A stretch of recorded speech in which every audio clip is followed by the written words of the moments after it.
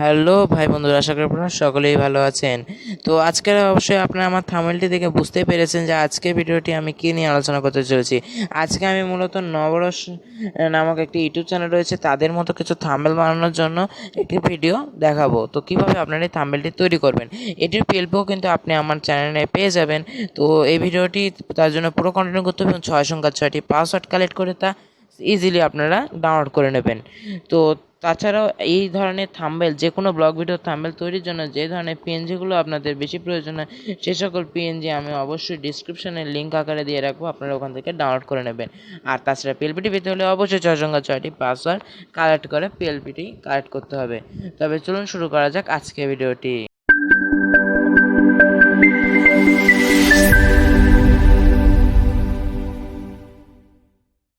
তো চলুন দেখা যাক যে নবরসের যে থাম্বনেলগুলো রয়েছে সেগুলো মূলত কেমন হয়। তার জন্য এখানে যদি আপনারা সিম্পলি গুগলে সার্চ করেন নব তো আপনারা সিম্পলি গুগলে সার্চ করলে নবরস লিখে সার্চ করলে পেয়ে যাবেন তাদের সকল থাম্বনেলগুলো।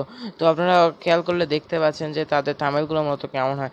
তো আজকে আমরা কিন্তু এই থাম্বনেলটি আপনাদেরকে বানিয়ে দেখাবো, এবং আশা করি আমি যে থাম্বনেলটি বানিয়েছি সেটা এর সাথে তেমন কোনো অভিন্নতা নেই, প্রায় অনেকটাই মিল রয়েছে। তো আপনারা এইভাবে দেখতে পারেন খুব ইজিলি সে থাম্বনেলগুলো তৈরি করে জাস্ট কিছু পিএনজি এবং টেক্সটের মাধ্যমে, এবং টেক্সটটাকে অনেক গ্রেডিয়েন্ট কালারফুলভাবে তারা তৈরি করে। তো এর জন্য আপনাকে তেমন কিছু করতে হবে না, কিছু পিএনজি এখানে ডাউনলোড লিঙ্কে থাকবে, সেখান থেকে কালেক্ট করবেন।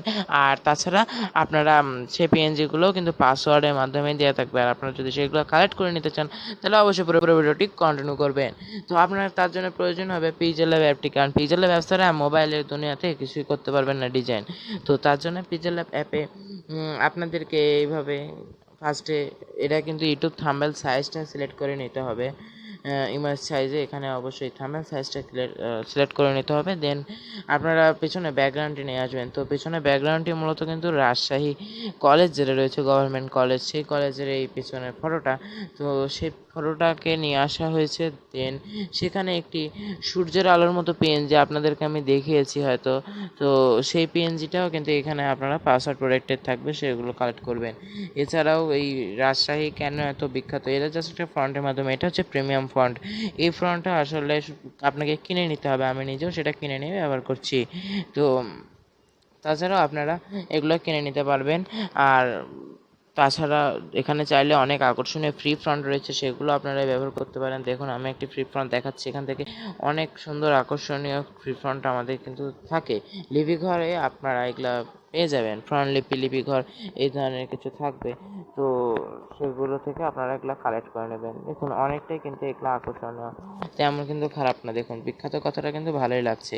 তো এইভাবে জাস্ট ফন্ট দিয়ে দেবেন। আর ফটোতে চেষ্টা করবেন, ব্লগ ভিডিওতে আপনারা দেখেছি অনেকে দেখি ফটোটাকে ইফেক্ট দেন, স্ট্রোক ব্যবহার করেন, তারপরে নিজেদের ফটোটাকে। তো এই স্ট্রোক ব্যবহার করা বা শ্যাডো ব্যবহার করা থেকে একটু দূরে থাকার চেষ্টা করবেন, কারণ এগুলো কিন্তু জিনিসটাকে খারাপ দেখায়। দেখুন আমি আপনাদেরকে দেখিয়ে দিচ্ছি যে কীরকম লাগবে বিষয়টা।